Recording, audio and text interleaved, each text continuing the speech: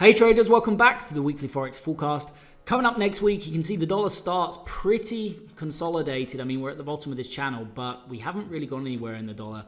And this is unlikely to change heading into next week because we have non-farm payrolls on the Friday. And very often, not always, but very often, the dollar and the dollar pairs tend to chop and range into non-farm payrolls, and then very often you get a move on non-farm payrolls.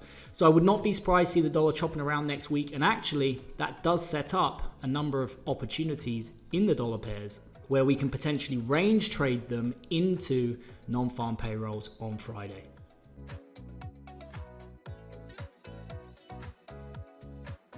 Okay, so if we look at the performance metrics for the coming week, you can see that the Australian dollar, the pound, and the New Zealand are all the top performers to the upside. So we continue this week with that theme of buying into strength and pairing that by selling into weakness. And on the short side, it's not as clear cut as it is on the long side. So Aussie longs, pound longs, New Zealand longs are on the table this week. That is what I'm going to be focused on. And primarily versus the Canadian dollar. This is my favorite short going into next week. However, just bear in mind we have an interest rate decision on Wednesday out of Canada, and so those markets are likely to chop around, do nothing, and then start to move from Wednesday onwards. So we will be looking at CAD shorts versus the New Zealand, the pound, and the Aussie. I'm going to filter the Japanese yen once again because we're back to levels in the yen where we've seen intervention previously. And I do not want to be on the wrong side of a Ministry of Finance intervention, especially as a short-term trader. Our job is to avoid bigger losing trades. That's our number one job. And then second to that, we're looking to capture big winning trades. Trades, generally speaking, 1 or 2 days worth of volatility is what I personally look for.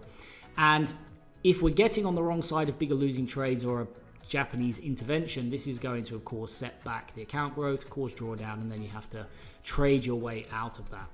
So coming into this week, I'm off of yen shorts once again, even though it is weak and getting weaker. It's because of that intervention risk. To the short side, we also then have the Swiss franc and the dollar. Now, I say it's not as clear cut to the short side because the Swiss franc is weak, but its performance metrics are actually getting stronger. And the US dollar is the same. It's weak, but the performance metrics are getting stronger. So second to the CAD, what I do like next week is US dollar shorts, not because it's particularly bearish, but because it's sort of neutral. And on a relative basis versus the New Zealand, the pound, and the Aussie, especially with non-farm payrolls coming up on Friday, there's a very good chance we hold these ranges and the dollar just kind of chops around and the dollar pairs chop around into Friday. So any test of upper or lower bounds gives us an opportunity to capture 1 or 2 days worth of reversal leading into Friday. And then the third thing we're going to be looking at is the Swiss franc. Again, we did get some strength last week. The New Zealand franc, highlighted in last week's video, traded below its lower bound and then had that solid reversal. We also saw Aussie franc last week trading below its lower bound and having a solid reversal. However, pound franc alongside euro franc as well, we saw actually breach the first lower bounds and they traded all the way to their second lower bounds. And those second lower bounds are actually an opportunity to reverse. And we don't normally look at those, but you can kind of cost average from them because the probabilities of breaching the second lower bounds are actually less than 5%. So it's about 95% chance of pausing or reversing from the second lower bound. So we're going to look at some of those in today's video. I'm going to put those on there for you and just talk about how also I cost average some of these trades if they do go through the first upper and lower bound. So we'll talk about that in today's video. And of course, if you're interested in seeing how I personally trade these, cost average, manage losing positions, then I do this every single day with our members. And in fact, just last week, we did reach new all-time highs in the cumulative returns, now approaching 500 setups posted since we first started.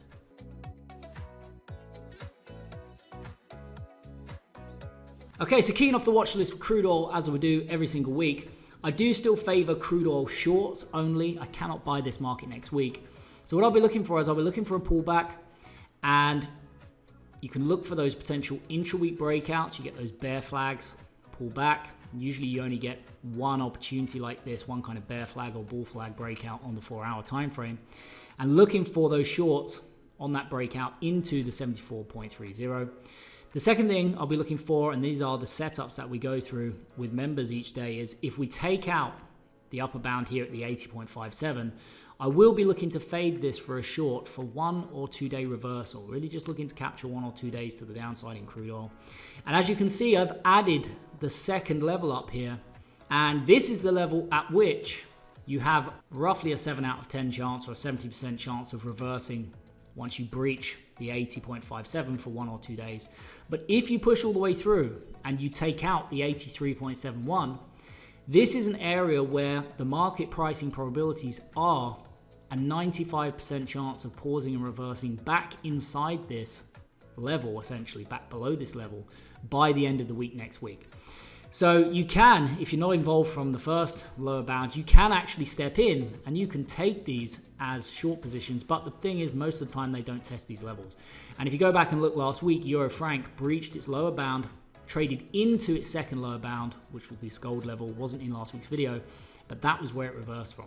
And very often what I'll do is if I short somewhere in this area, we breach the 80.57, we start to see momentum fading on the lower time frames, and I get involved in a short and it continues. It moves against me. Very often I will cost average from this level and you usually get the pullback, and you can often actually exit any losing trades roughly for around break even. So I'll put these levels on here for you. You can use them in multiple ways. One, to cost average with better probabilities any losing trades from above the upper bound. Or if you're not involved, you can actually take initial positions from those levels and you have a high chance of reversing within the week. Next is Aussie CAD, and again you can see the two levels down below here where this market has a 70% chance of staying above the 0.8994 and a 95% chance of staying above the 0.892 next week. So any pullback in this market, I'm only going to be looking for long setups you can look for that bull flag breakout on the Canadian interest rate decision on Wednesday. So the CAD pairs are probably just going to chop around, do nothing. Then you get a weakness in the Canadian dollar, and I can really only be short or do nothing with the Canadian dollar next week. You get that initial breakout, you can look for the bull flag setup and the follow through into the 0.91390.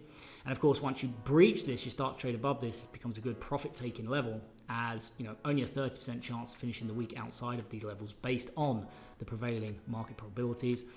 And if you come down after the interest rate decision, you start to sell off anywhere below the 0.89943, and there's a high over here, this could be a good area to start to look for a potential long position for 1 or 2 days up in Aussie CAD. And of course, if you get involved down here and it breaches, it blasts through here and tests the 0.8921, this is where you have a 95% chance of pausing or reversing within the week, and you can look for a potential cost average, or you can even take an initial position here. If it goes straight through on the actual interest rate decision itself, you can actually trade the second upper and lower bounds with those big news events just on their own. Next is pound CAD. Now this is a market, again, unlikely to do much into Wednesday, probably going to chop around, and then you can look for bearishness on Wednesday. You get the CAD weakness and a follow through into the upper bound of the 1.7486, and that would be a good profit taking opportunity on any bull flag setup next week. If we trade down below the 1.7244, and here's a nice low here, here's a high, so there's a good area here below this level where you can start to look for reversal patterns for momentum to fade, and then 1 or 2 day reversal to the upside.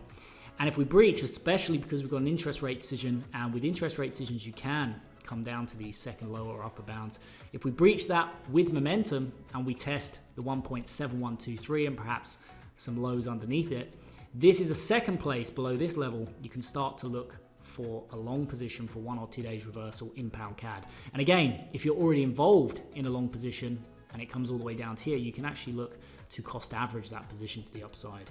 And that helps to lessen any losing trades from these first upper or lower bounds. So an additional technique that you can use from the second upper and lower bounds. Next is New Zealand CAD. Again, I can either be a buyer or do nothing. I cannot short this market. So a couple of setups you can look for that kind of ranging correction into Wednesday. And then if you get weakness from the Canadian dollar, you can look for that bull flag setup intra-week into the 0.8442.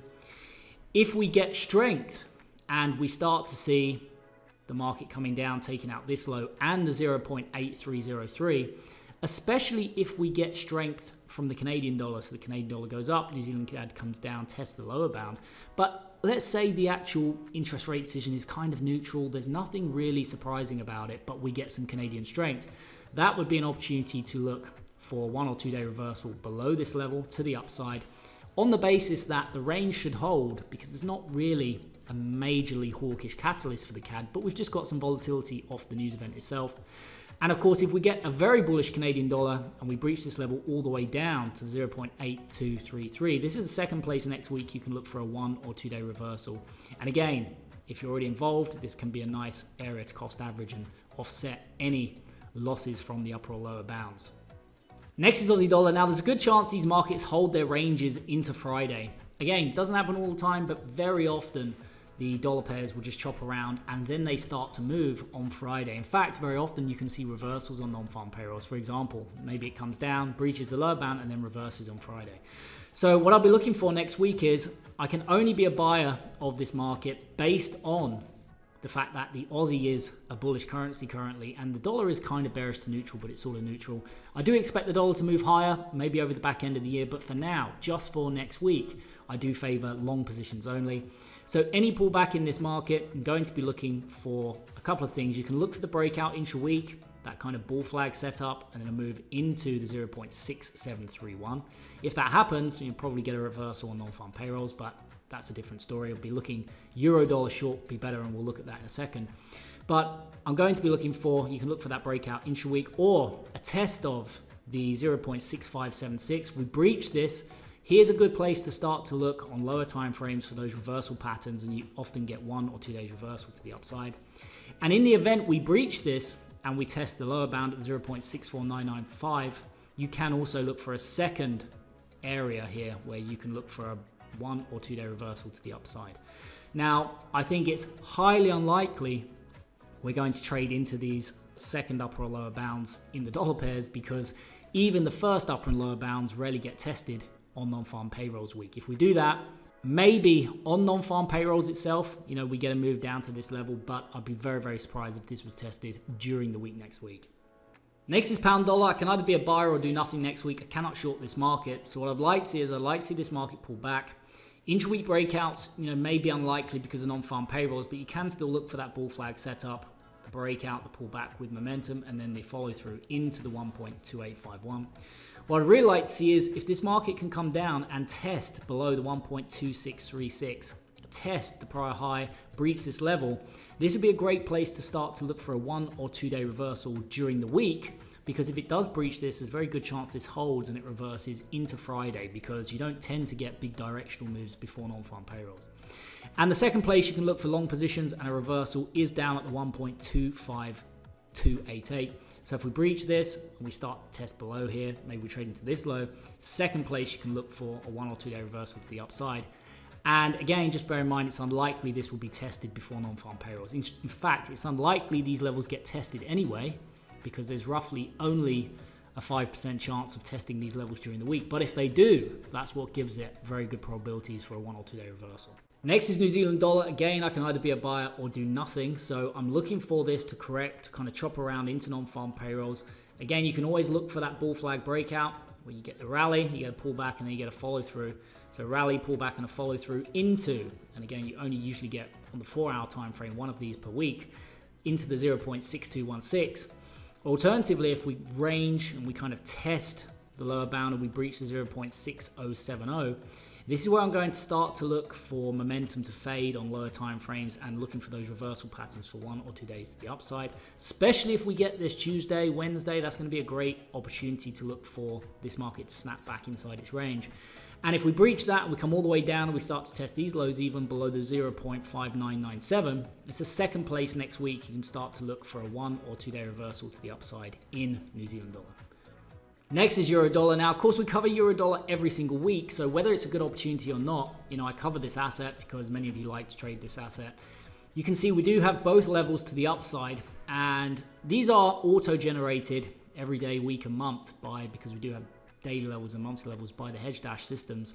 And so the fact that I have the second upper bound tells you I am looking only really for shorts or to do nothing in this market next week. So what this does is this sets up the ability to trade the dollar pairs potentially both ways, in the sense that I prefer those pound dollar, Aussie dollar, New Zealand dollar setups. But if we get some weakness in the dollar, and we start to see all of these markets pushing towards their upper bounds, and that's where you potentially get those bull flag setups. What I will be looking for potentially is if we start to pull back, I'll be looking for a potential breakout to the downside, so that bear flag setup instead. And very often, if you get, let's say, Aussie dollar pulling back to its lower bound, you might get this breakout and this kind of bear flag setup as well in euro dollar. And then, you can look to the short side or you can look to the long side as well.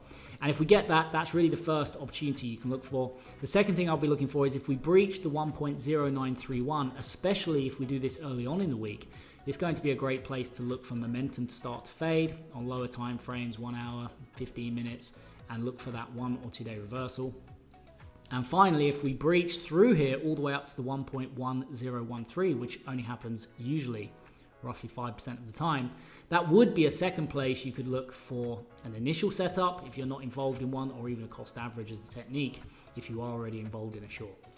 And wrapping up the Forex universe with the franc pairs. Now, we did see some strength coming into the Swiss franc. The Swiss franc has been negative for about 4 months straight, and we may be getting to the point where this starts to turn around. This is displayed in the hedge dash performance metrics by the fact that the Swiss franc is weak, but actually its performance metrics are starting to get stronger. So it may have actually troughed in the performance metrics, and that very often is a prelude to moving up the performance metrics into the bullish side. So we may be on the verge actually of a bigger reversal in Aussie franc, but we're really looking just for setups next week. And as it stands, I do on balance still favor some Swiss franc short setups just for next week. So what I'll be looking for is, and just bear in mind, the Canadian setups we looked at are my favorite, and then the dollar pairs and the Swiss franc pairs are my least favorite. However, they are still on the watch list and I will be looking for them. And what I'll be looking for is, if we start to pull back next week, I'm going to be looking for the market to pull back, and you can look for that bull flag breakout. Again, very often you get usually one in a week if it sets up into 0.60640. And this would be a good profit taking opportunity. You may even find we make a lower high over here and we start to reverse in subsequent weeks. But for next week, I will still be looking for a bounce higher. If we pull all the way back and we breach the 0.5942, especially if we come through and test this low would be a great place to start to look for momentum to fade and a 1 or 2 day reversal to the upside. And remember, you're only looking at, say, 5 trading days. So if we can capture 1 or 2 in a week, that is a solid return for the week. And the second place I'll be looking for, and this is exactly what happened last week. Last week we came down. The lower bound here in last week's video was the 0.600. And you can see we tested it, and then we had this rally on the 1 hour, 15-minute chart, and this was a solid up day in Aussie franc. That's the kind of bounce intra-week. Very often I'm looking at capturing from lower bounds or upper bounds. And so, of course, if we breach the 0.5942 and we come all the way back down to the 0.58814 or the 0.5814, this is the second place you can look for a 1 or 2 day reversal to the upside. And this is what happened with Euro franc last week. We breached the lower bound, we came to the second lower bound, and we bounced from there. Next is pound franc. Now, pound franc, again, like Euro franc, traded through its first lower bound and bounced to its second lower bound last week. And unlike Aussie and New Zealand franc, which actually bounced from their lower bounds, you saw some additional weakness in this. So going into this week, I do think on balance, the performance metrics in the hedge dash algorithms are suggesting that 4-month sell-off in the Swiss franc may be now coming towards an end. But on a relative basis, I still like the Swiss franc for shorts, at least for next week. So any continued pullback is viewed as an opportunity to look for a bullish breakout. You get that kind of bull flag pullback and that 4-hour rally into the 1.1587. However, I think what I'd prefer to see next week, I'd like to see this coming down again and breaching the 1.1408. This would be a great place to look for a 1 or 2 day rally in pound franc. And if, like last week, you breach this and we come all the way down, there's a really nice low here, and you breach the 1.1319, it's the second place to the downside. I would be looking for a potential 1 or 2 day rally in pound franc. And the final franc pair is New Zealand franc. Again, I can be a buyer of this or do nothing next week. Selling this is not an option. And we came down, tested the lower bound last week, and we did bounce, had a solid up day from the lower bound. So I'm looking for this again this week. If we can get this kind of bounce from the lower bound primarily, that would be great. Any pullback, you can still look for that intra-week bull flag setup where you get a rally with momentum. It kind of flags, and then you tend to get a follow through into the upper bound here at the 0.5601. That would be a great profit taking area next week for any intra-week trades. Alternatively, and what I would prefer to see is if we can come down, breach the 0.5485 once again, There's some highs down here. If we trade into these, I would be looking for momentum to stall, looking for those reversal patterns for one. In this case, we had one because it was towards the end of the week, but you can get 1 or 2 days up in these markets once you start to bounce from these levels. And of course, the final place I'd be looking for a potential long opportunity is down at the 0.5427. If we come all the way down here for whatever reason, this sets up a high probability opportunity for a 1 or 2 day reversal in New Zealand franc. And again, if you're already involved in a long position and it moves against you, it does provide an opportunity to potentially cost average any initial positions.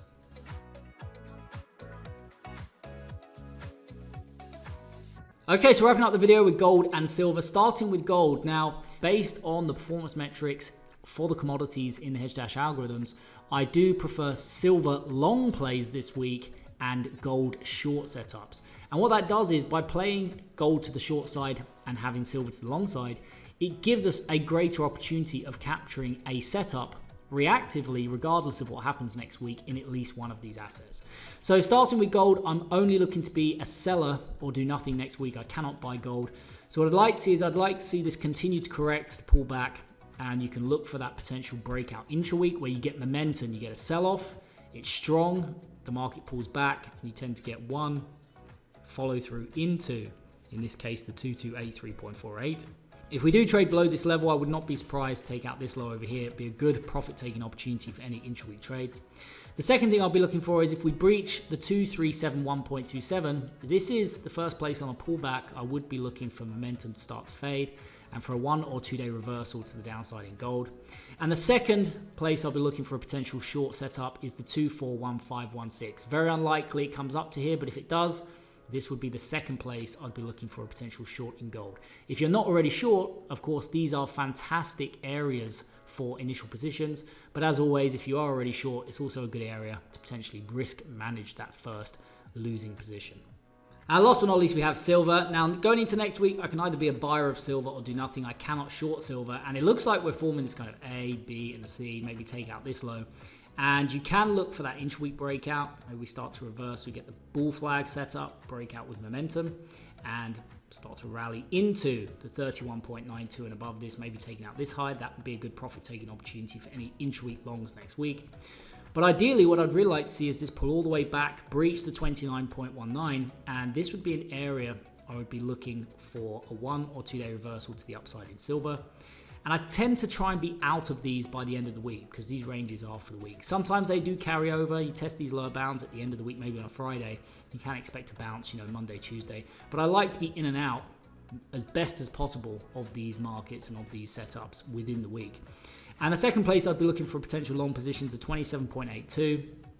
If we breach all the way through here, and again, remember there's only, generally speaking, a 5% chance of this happening, so I wouldn't expect this. You should expect these markets to kind of bounce once they trade above or below their first upper and lower bounds. But if we do, in the event we do, it's very rare, but we do sometimes come down here, this would be a second place. If you're not already involved, a great place to start to look for a bounce for 1 or 2 days. And if you are involved, look to mitigate some of that first position from the 27.82.